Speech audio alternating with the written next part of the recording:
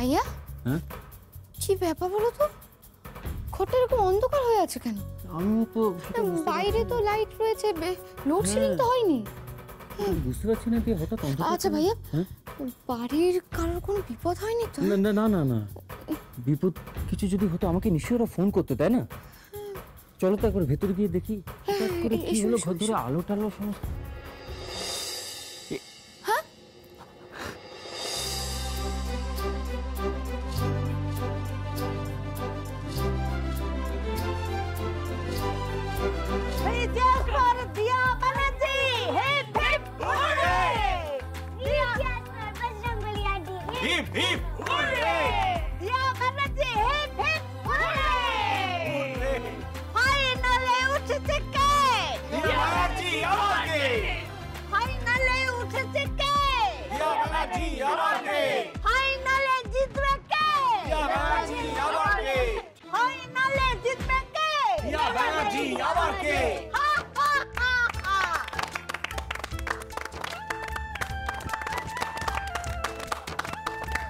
তুই থামি, কি করেছো তোমরা? হ্যাঁ, আলো টালো নিবি, এটা একটা সারপ্রাইজ, এত বড় একটা সারপ্রাইজ। আরে বলিস না, এই কংগ্রাচুলেশনস লেখাটা টাঙাবো বলে আলোটা নিভিয়ে রেখেছিলাম।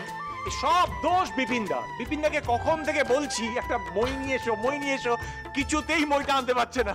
ও, আমার দোষ বললেই হলো? আরে বাবা, মইটা তো আমার চাইতে লম্বা, আনতে সময় লাগবে না? আচ্ছা, তোমাদের এসব করার কি দরকার ছিল বলো তো? বারে, তুমি স্টেট চ্যাম্পিয়নশিপে ফাইনালে উঠেছো, আমাদের এই ব্যানার্জি বাড়ির মুখ উজ্জ্বল করেছো। তা তোমার এই উজ্জ্বল মুখের হাসি বজায় রাখার জন্য আমরা এইটুকু করতে পারবো না?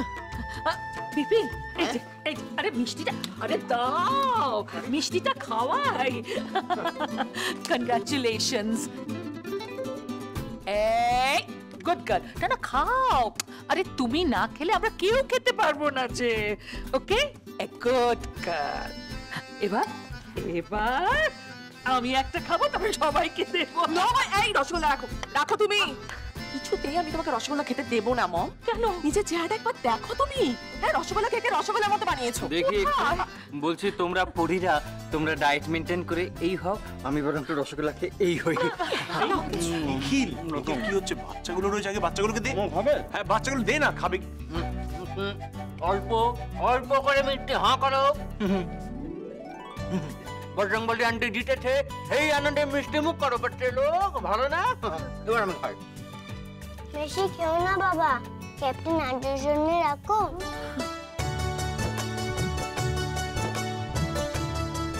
বাবা গো বাবা, খুদার বুদ্ধি দেখেছিস? ক্যাপ্টেন আর্যর বউ জিতেছে বলে ক্যাপ্টেন আর্যর জন্য একেবারে মিষ্টিটা আগলাচ্ছে। দেখো, বুদ্ধি হবে না? হ্যাঁ স্বামী, এই যে এনার মাথায় মানে এদের মায়ের মাথায় কুবুদ্ধি আর বাবার মাথায় সুবুদ্ধি, সেরকম একটা বুদ্ধিমান আর বুদ্ধিমতী হবে। কি বলো তুমি? यस, त्रिना की जेते राजी होलो भैया? शालू, मैं बुलाऊं और त्रिना ना आए, ऐसा भी कभी हुआ है क्या? আপনি না ভাইয়া, তবে তুমি কেন ত্রিনাকে নিয়ে যেতে চাইছো সেটা আমি খুব ভালো করে বুঝে গেছি ভাইয়া। ত্রিনা যাতে আর্যর কিডনি ডোনেট করার ব্যাপারটা জেনে না ফেলে আর জেনে গিয়ে বাধা না দেয় সেই জন্য, তাই না? Absolutely right मेरी बहना, absolutely।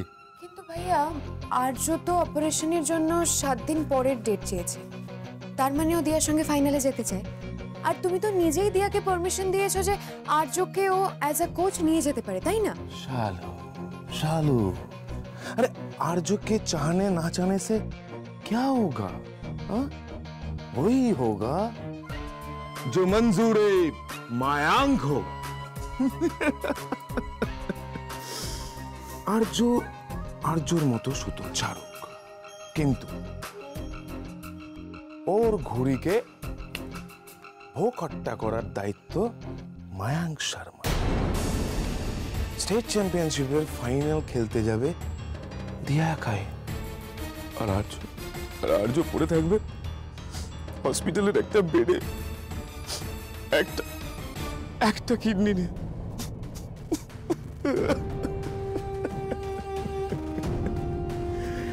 একটা কিডনি নিয়ে।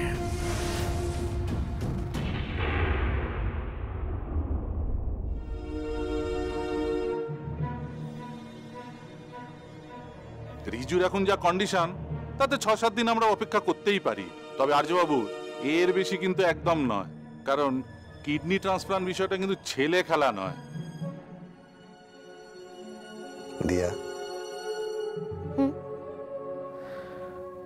তোমার আমার একটা কথা বলার আছে। বলো।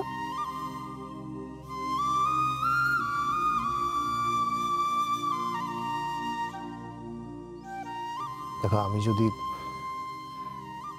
আমি যদি কখনো না থাকি, তাহলে তুমি কিন্তু ব্যাডমিন্টন খেলা থামিও না। আমি চাই যে তুমি বিশ্বের শ্রেষ্ঠ প্লেয়ার হও, 1 নম্বর প্লেয়ার। আমায় কথা দাও, হবে তো? আচ্ছা, তোমার কি হয়েছে বলো তো? হ্যাঁ, তুমি এরকম অলক্ষণে কথা কেন মুখে আনছো? আমি এই কদিন ধরে লক্ষ্য করছি তুমি ভীষণ অন্যমনস্ক হয়ে আছো। তোমার মনের মধ্যে একটা ছটফটানি কাজ করছে, সেটা আমি বুঝতে পারছি, কিন্তু সেটা নাগাল কিছুতেই পাচ্ছি না। আচ্ছা, তোমার কি হয়েছে বলো না আমায়, বলো। কি হবে আমার দিয়া?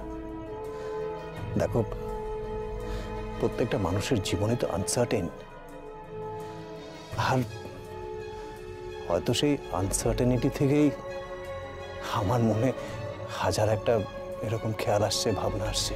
আর্য, এই সমস্ত খেয়াল মাথা থেকে দূর করে ফেলো। তুমি কি ভুলে যাচ্ছ এই স্টেট চ্যাম্পিয়নশিপ জেতার পর আমাদের আসল লড়াই শুরু হতে চলেছে আর্য। আমি মায়াঙ্ক শর্মার মুখোশটা খুলে দিয়ে তোমাকে কলঙ্ক মুক্ত করবো আর্য। আর শুধু আমি একা নয়, তুমি আবার ব্যাডমিন্টন খেলবে, আমরা একসঙ্গে মিক্সড ডাবলস খেলবো আর্য, আমরা একসঙ্গে জিতবো। তুমি যখন খেলবে, সারা স্টেডিয়াম তোমার পারফরমেন্স থেকে হাততালিতে ফেটে পড়বে। আমি আর কোনোদিন ব্যাডমিন্টন খেলতে পারবো না দিয়া, কোনোদিনও পারবো না। আমি জানি তুমি তোমার শেষ প্রাণ শক্তিটুকু দিয়ে হলেও আমার স্বপ্ন পূরণ করার চেষ্টা করবে,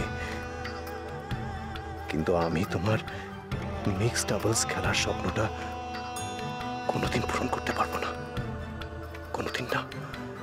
কি হলো? তুমি চুপ করে আছো কেন? আর্য, কি হয়েছে আমায় বলো না। তোমার মনের মধ্যে ঠিক কি চলছে বলো না আমায়।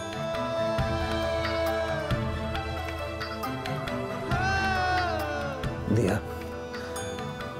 আমার মনের মধ্যে শুধু তুমি আছো,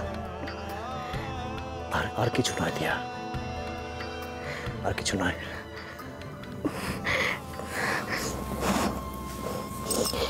তাহলে কথা দাও, এরকম কথার কখনো বলবে না। এরকম কথা শুনলে আমার কষ্ট হয়, তুমি বোঝো না? ঠিক আছে, আর বলবো না। আমি এমন কোনো কথা আর বলবো না যেটাতে তোমার কষ্ট হয়।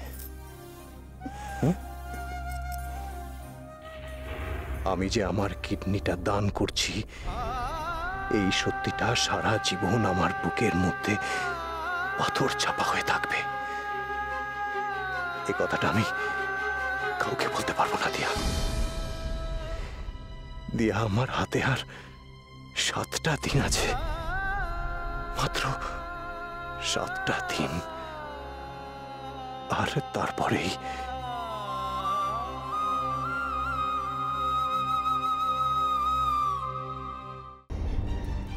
বাবাই, তুমি জানো আমি তোমাকে কত খুঁজেছি, তুমি কোথায় ছিলে?